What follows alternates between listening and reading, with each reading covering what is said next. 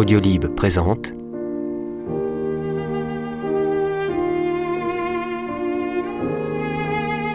Fragment d'un discours amoureux de Roland Barthes. Lu par Fabrice Lucchini. C'est donc un amoureux qui parle et qui dit.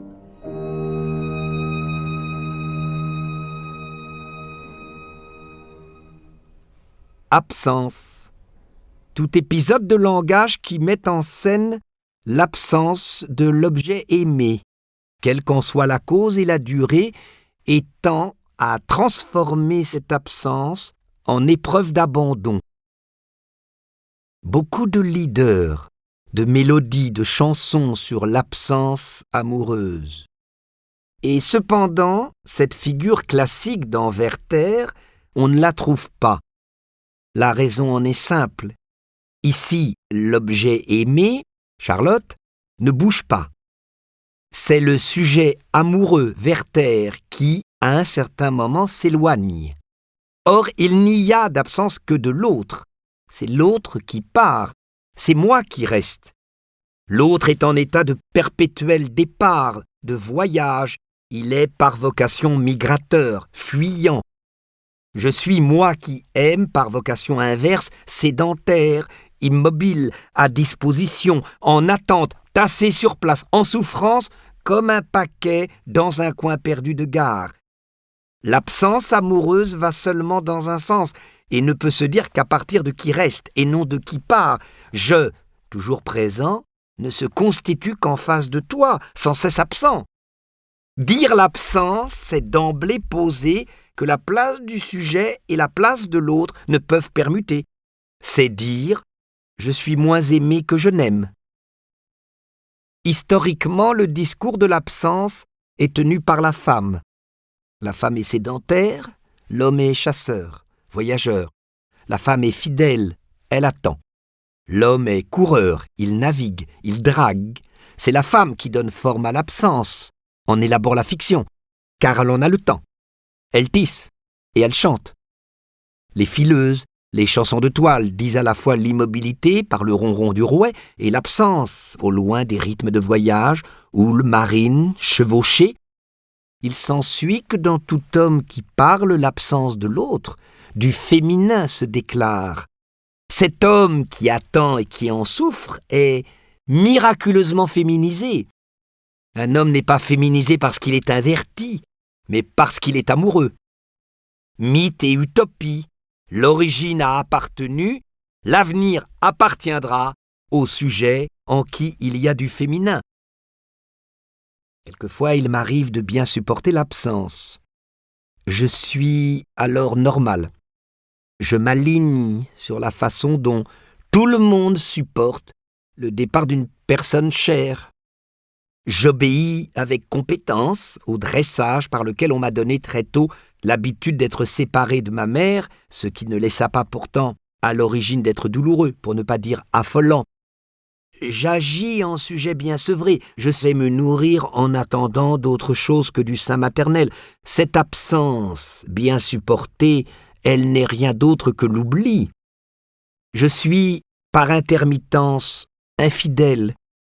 C'est la condition de ma survie. Car si je n'oubliais pas, je mourrais. L'amoureux qui n'oublie pas, quelquefois, meurt par excès, fatigue et tension de mémoire, tel Werther. Enfant, je n'oubliais pas. Les journées interminables, journées abandonnées où la mère travaillait loin, j'allais le soir attendre son retour à l'arrêt de l'autobus, à Sèvres-Babylone. Les autobus passaient plusieurs fois de suite, elle n'était dans aucun. De cet oubli, très vite, je me réveille. Hâtivement, je mets en place une mémoire, un désarroi. Un mot, classique, vient du corps qui dit l'émotion d'absence. Soupirer. Soupirer après la présence corporelle. Les deux moitiés de l'androgyne soupirent l'une après l'autre, comme si chaque souffle incomplet voulait se mêler à l'autre, image de l'embrassement, en tant qu'ils font les deux images en une seule. Dans l'absence amoureuse, je suis tristement une image décollée, qui sèche, jaunie, se recroqueville. Quoi, le désir n'est-il pas toujours le même que l'objet soit présent ou absent? L'objet n'est-il pas toujours absent? Ce n'est pas la même langueur, il y a deux mots, potos pour le désir de l'être absent et iméros, plus brûlant, pour le désir de l'être présent. Je tiens sans fin à l'absent le discours de son absence.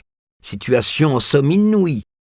L'autre est absent comme référent, présent comme allocuteur. De cette distorsion singulière naît une sorte de présent insoutenable. Je suis coincé entre deux temps, le temps de la référence et le temps de l'allocution. Tu es parti, de quoi que je me plains. Tu es là, puisque je m'adresse à toi. Je sais alors ce qu'est le présent, ce temps difficile, un pur morceau d'angoisse. L'absence dure, il me faut la supporter, je vais donc la manipuler, transformer la distorsion du temps en va-et-vient, produire du rythme, ouvrir la scène du langage. Le langage naît de l'absence, l'enfant sait bricoler une bobine, la lance et la rattrape, mimant le départ et le retour de la mère. Un paradigme est créé. L'absence devient une pratique active, un affairement qui m'empêche de ne rien faire d'autre. Il y a création d'une fiction aux rôles multiples, doute, reproche, désir, mélancolie. Cette mise en scène langagière éloigne la mort de l'autre. Un moment très bref, dit-on, sépare le temps où l'enfant croit encore sa mère absente et celui où il la croit déjà morte.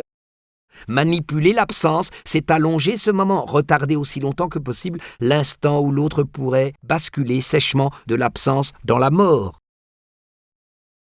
Je m'installe seul dans un café, on vient m'y saluer, je me sens entouré, demandé, flatté, mais l'autre est absent.